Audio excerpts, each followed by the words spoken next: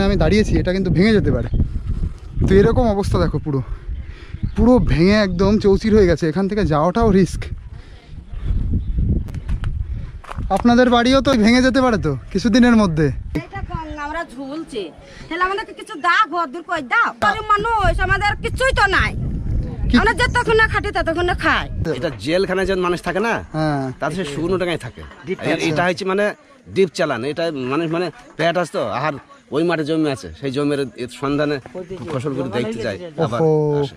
কি কষ্ট যে এইখান থেকে ওই মাঠে যেতে হয় নৌকা চালিয়ে, ডিঙি চালিয়ে।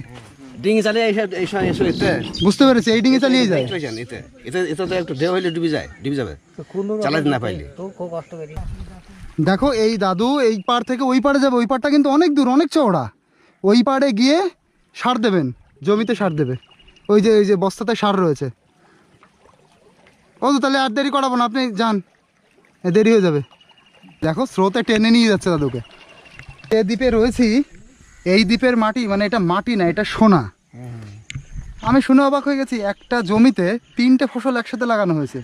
আখ লাগানো হয়েছে, মুসুরি লাগানো হয়েছে, তার মধ্যে আবার কালো সর্ষে। হ্যাঁ, সর্ষে লাগানো হয়েছে। একসাথে 3টে ফসল একবারে হচ্ছে, বিনা সেচে, কোনো জল লাগবে না। তো যদি কোনো সরকারি আধিকারিক এই ভিডিওটা দেখে থাকেন তো অবশ্যই যেন এখানে তারা বোল্ডারের ব্যবস্থা করেন, বা যেন পাড়িটা বাঁধানো হয়, এরকম কিছু হয়। মানে যে ক্ষেতের জমি গেছে গেছে, কিন্তু এখন যারা মানুষরা থাকে সেই জমিটুকু যেন থাকে, এটাই কিন্তু ওনাদের আসল চাওয়া। আমাদের ওপারে জমি আছে, ওই পারে জমি আছে। এখানে যদি আমরা চলে যাই সালার তাই ওই জমি করতে পারবো বলেন? হ্যাঁ, পারবো, আসতে পারবো। তাই তো। তাহলে এইখানে যদি আমরা থাকি তাহলে যাইকে ডুঙাই করি, লাই ফেরি, যাইকে দুটো আবাদ করি আর দুটো খেতে পাবো। সবাই খায়, আমাদের এখানে সবাই খায়। এই যে ভাগীরথী নদী, এইটা ছিল এইভাবে ওই দিকে গেছে, আর এই বাবলা নদী এই দিক থেকে এইদিকে এসছে। এই যে এইটা এই দিক থেকে এইদিকে গেছিল, আর এটা এই দিক থেকে এইভাবে এইদিকে গেছে। তো এই জায়গাটা পুরো মিশে গেছে। এই জায়গা বিশাল বড় একটা এরিয়া ছিল, প্রচুর মানুষের বসতি ছিল এখানে, ভেঙে পুরো গঙ্গার মধ্যে চলে গেছে। কি অবস্থা দেখো।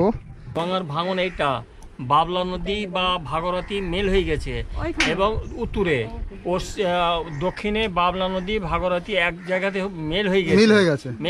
আমাদের মাঝখানে পুরো দ্বীপটা, এখানে হাত আমাদের কোনো নেই। যদি কোন টাইমে এনি টাইমে বসে যেতে পারে, পুরো জলের মধ্যে বসে যেতে পারে, জলের মধ্যে বসে যেতে পারে আমাদের। নাতি মেলে অভাব না, তারা হয়ে গেছে মেম্বার, প্রধানমন্ত্রী। শিক্ষার দাম আছে, কিন্তু শিক্ষার দাম হচ্ছে না, জানেন? শিক্ষার দামটাই থাকছে না। কোনো একটা শিক্ষিত লোক যে কিছু বই দিয়েছে, তারা মাইছে সব এড়িয়ে দেবো। এই তো হয়ে গেছে ব্যাপার বাবা, কিছু করার নেই।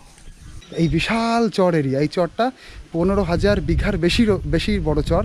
সেখানে প্রচুর পরিমাণে মুসলিম থাকে, সবাই মুসলিম, তো একজন হিন্দু।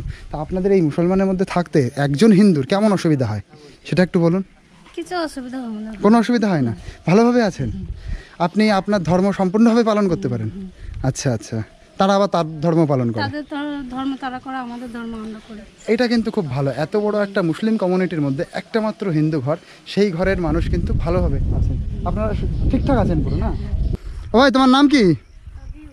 হ্যাঁ, রফিউল। রফিউল টাইটেল কি? টাইটেল জানো? রফিউল টাইটেল মানে কি বলো তো? মানে রফিউল মন্ডল, রফিউল শেখ, কোনটা? রফিউল শেখ, শেখ না শেখ, রফিউল শেখ, রফিউল শেখ। হ্যাঁ শোনা, তুমি পড়াশোনা করো? কিসে পড়ো? ফোরে পড়ো, তো ভালো বড় হয়ে গেছো। এই জমি কি তোমাদের নাকি? এই আশপাশ দিয়ে ঘুরছো? হ্যাঁ, এটা তোমাদের জমি? বাহ, শিং থাকলেই সেটা দেশি, সে কানঝোলা হোক।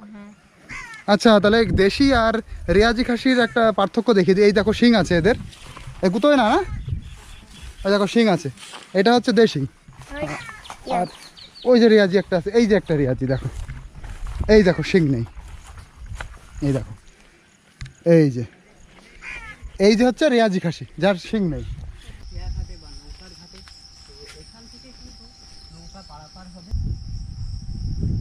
ও নৌকা,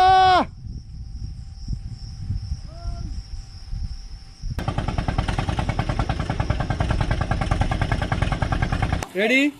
1, 2, 3, start.